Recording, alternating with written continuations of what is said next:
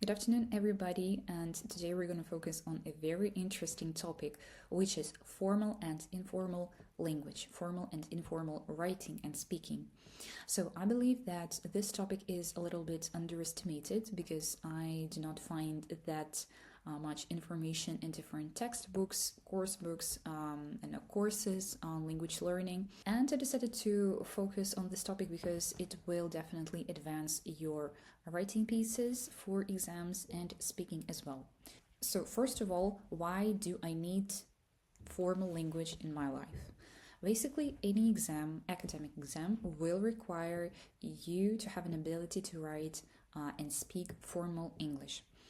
Cambridge exams such as CAE, CPE, IELTS will definitely check your academic style, your academic ability to write and speak. Also, it is a great idea to study formal language because you will need it in your professional communication and basically in writing to somebody you have never known before. First of all, we do not need contractions in our formal writing and formal speaking.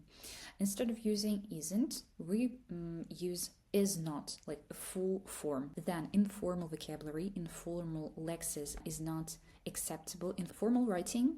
So we can see a bit, a lot of, a couple of, kind of, sort of. These are all colloquial lexical units. Instead of till, you should use until or to. So this is like a full form of it. Also, I will give you an example of such sentence as if you want to have a remote work, you should blah blah blah. So I started my sentence with if you want to. Instead of doing so, we need to use a pronoun one. If one wants to achieve a remote work, a remote job, so here I substitute you with one, so it's gonna be more formal. Also, stylistic devices that we need to use in our formal writing is, first of all, hedging. Please dive deep into this topic. I highly recommend using hedging in your essays, formal letters, and so on. What is hedging? Hedging is basically the highest degree of formality, and I was wondering if you could help me. So we are paying respect to our interlocutor, or we are not imposing our thoughts and needs on them. Also, we can introduce some inversions into our speech, for example, not only but also. Please use passive voice, conditional sentences, like advanced conditional sentences in your speech. So I had one example of my students using let me start with. This is considered as semi-formal, all right? So if you're writing a formal type of writing piece, please do not use it. Instead of this one, you can start with to begin with, to start with, etc. This will be definitely formal writing. Also here, we should substitute say sorry with apologize. So I highly recommend you using different online dictionaries to check the style of a word that you discovered. So then let's focus on something a little bit more complicated and intangible, all right? So be specific and illustrative while speaking formal language. What is to be specific? To be specific means to introduce examples into your conversation, into your writing. Something that is not specific is just vague. I'm gonna give you like an example of it to the right of my explanation. Be illustrative. Again, give examples, give arguments in favor of your opinion, of your research. Let us have a look at the text that I've given to you. This is like a piece of text that was extracted from one of the students they have and who is practicing in writing pieces.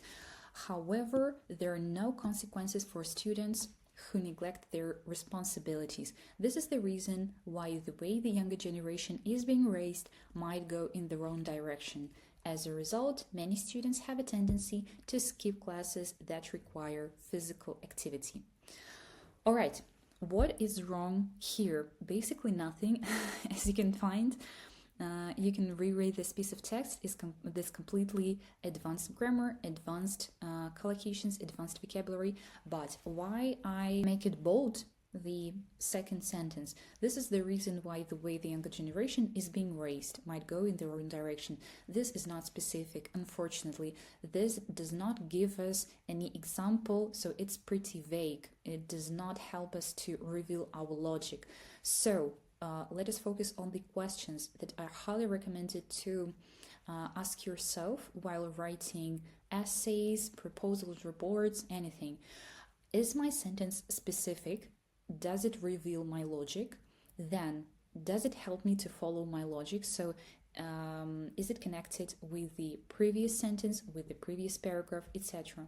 And is it connected with the previous and with the following sentence in my text? So, basically, the sentence in bold can be omitted, right? We can just leave the very first and the last sentence, and it will be it. We will not lose any logic in this text. Alright, so our language should be neutral, only facts instead of emotionally loaded words. So instead of obviously, naturally, really, super, we should use something more objective, more neutral, clearly, an ideal solution to a problem. Also, in addition to being neutral, we should be objective rather than subjective. So no personal opinion needed here, only general conclusions instead. So this is connected with the point that I made here. Let me start with, so this highlights your personal opinion. It is not recommended to use in formal writing. All right. Also, any emotionally loaded words such as horrible, beautiful, great, always, never are not recommended for using in formal writing, formal speech. Instead, you should use frequently, commonly, typically, so anything that is connected with facts rather than with emotions. Alright, also, no slang or jargon is accepted in formal writing, formal speaking. Instead of using emotionally words, we should operate with facts. Why? Our target reader should be well informed. So there is a criterion in IELTS and CAE as well that the target reader, like a general public, general audience, is well informed. What is slang? It is highly informal, temporary used vocabulary. There is a great aggregator of informal language such as Urban Dictionary. Please check it. I just love having fun with this one. Also, jargon is specialized terminology. Also, any professionalisms, terms are not required and are not accepted in formal writing, although some words from the COVID period has become basic vocabulary, so please double check again the style of the word that you use. And gender unbiased language. So finally we have this trend when we do not specify the gender whenever it's possible. So gender should be only mentioned when it is directly relevant to the discussion. For example, instead of using fireman, we can and we should use firefighter. Instead of stewardess, a flight attendant, and so on. This is also connected with the pronoun one. One should submit their final paper on time. Again, a very great stylistic device to emphasize that you're gender neutral and you're writing formal English language. So this is pretty it about formal style of writing. I'm going to give you some tricky examples and tricky exercises for you to practice your formal writing. I highly recommend using your formal vocabulary and grammar in your future writing pieces. What I would also suggest you studying is, of course, academic vocabulary in use, a great student's book to practice your formal vocabulary. Also, where do I find some formal grammar? I highly recommend using my grammar lab. That's my favorite instrument of all times for learning grammar. Just pretty much like it. Please study it. And I think I'm gonna give you some more examples for you to practice, as I mentioned. Alright, a brief summary here.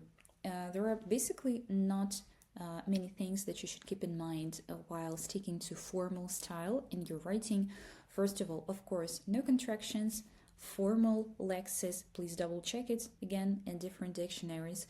Advanced grammar constructions such as hedging, inversion, passive voice, Also, be specific and illustrative in your writing pieces. Give examples in support of your opinion. Then, neutral and objective language. No slang or jargon required and accepted in formal style. And of course, gender unbiased language should be used where it is possible. Again, let us memorize that formal writing, formal speaking, should consider at least three key factors: context, purpose, and audience. So, if you keep in mind these three key factors, I do think that your formal style will come naturally to your speaking and writing. If you're thinking about for whom you are writing, like a boss, university teacher, then you're keeping in mind if the purpose of your writing, a complaint, some requirement, gratitude. And if you keep in mind the context of your writing, for example, you're a student, you are an employer, I do think that your writing will be on the highest level.